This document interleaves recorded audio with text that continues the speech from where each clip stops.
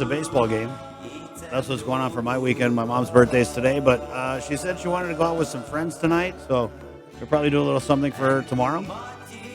And we're getting a dude, Dev. His name's Dev from the Guam Cannabis Association. They're having an event tomorrow that he'll jump on and share more info about with us guys as the cannabis rules and regs have headed over to what very well could be, well, it is going to be their last stop, the Guam, the legislature. It's 7:12.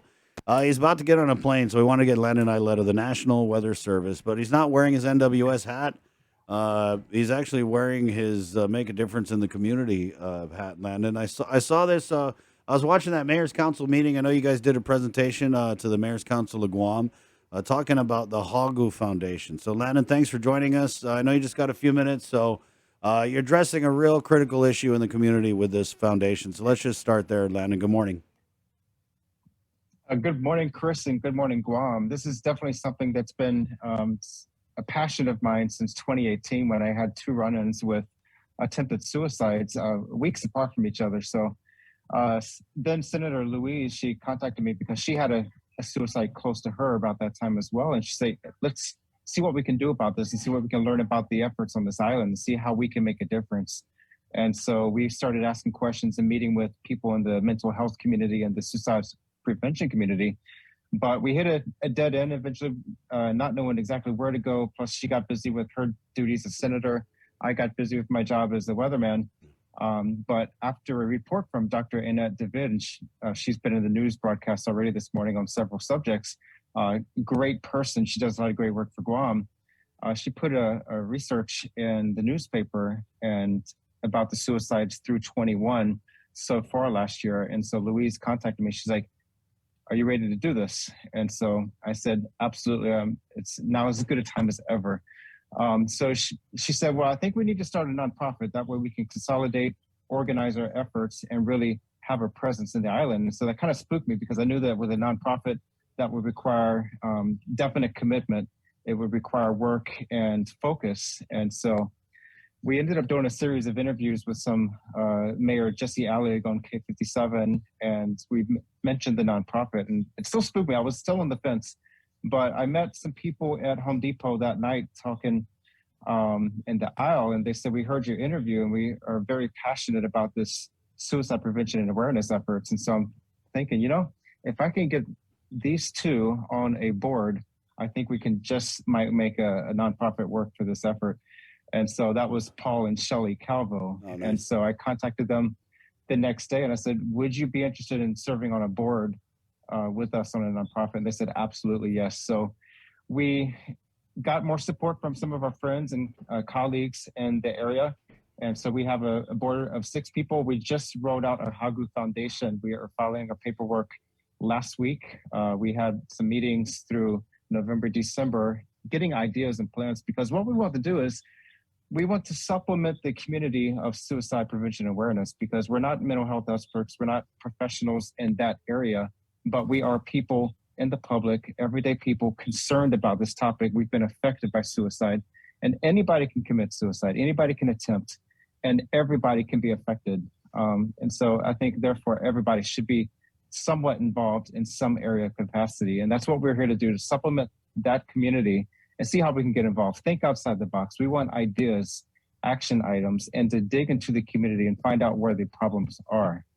Yeah, Landon, I mean, if you just talk to anybody about suicide, I mean, sadly, God, I hate to say this, but it's almost like COVID. Everybody knows somebody who got the virus or knows somebody who lost someone to the virus. It's the same thing with suicide on Guam. It's just touched far too many of our friends and our family. So, man, I commend you. I know you got a lot on your plate, but to launch into this kind of effort. Yeah. And I know you're just getting started, but in a perfect world, at the end of the day, let's give yourself, the first year under your belt. What do you guys hope to accomplish as a foundation in the first year of your existence?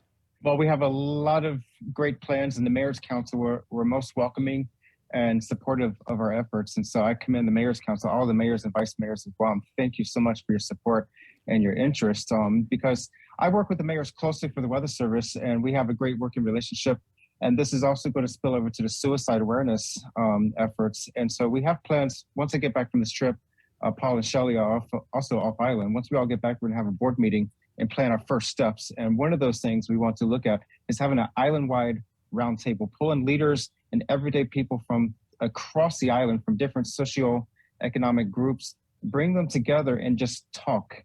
That's the biggest thing I think we can do is talk, show our care, show our interest and empathy towards others, and see how we can come up with a plan of actions to take to the community, get the community involved, and really broadcast the organizations, the efforts, the resources available for suicide prevention efforts across the island. So we have a lot of plans. One of the other things is we want to push different suicide training opportunities. That's like the assist training, safe talk. I was in a virtual town hall with Guam Behavioral Health just yesterday afternoon. Yeah. I got an email from Christiana from Behavioral Health. And we learned of some of the efforts they're working on, some of the research that they'll be spinning up very soon through grants. And so I want to learn more about that and see how we can assist that effort. But first off, get all of our board members certified with the assist training, and then expand that across the island with the mayors, the vice mayors, first responders, emergency room technicians, and support staff. Just get that exposure out there to everyone, streamline it. Landon, anybody listening maybe want to help out or join the foundation, how do they get a hold of you? Contact me either through the Weather Service.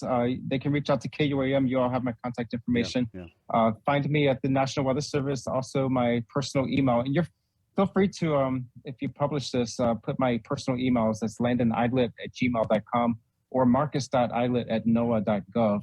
But I'll be working primarily off my Gmail account. So reach out to us. We're going to have a Hagu Foundation email starting up soon. We're going to have a social media presence starting up very soon with logos and everything and information.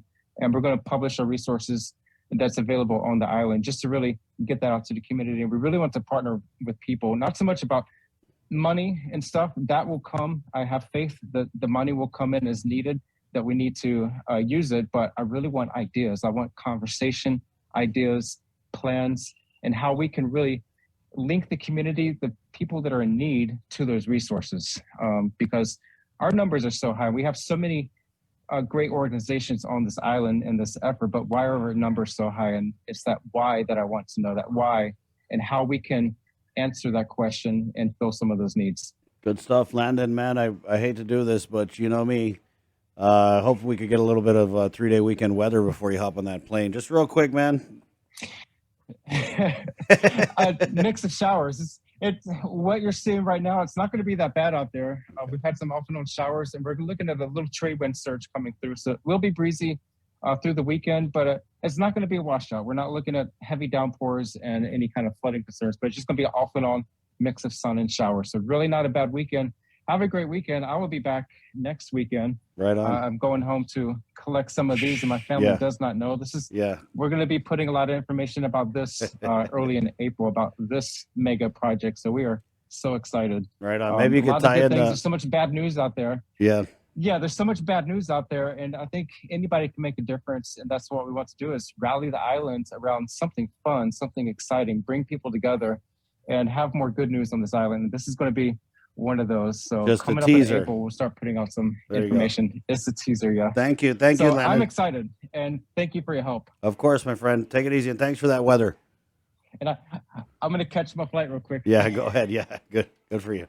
Hey, 7:20. Let's take a quick break. We're coming back with the Guam guy of the KUAM podcast network. His birth name is Farron Tyron, but we just call him the Guam guy. Okay, we're gonna take a quick break, and then we're also gonna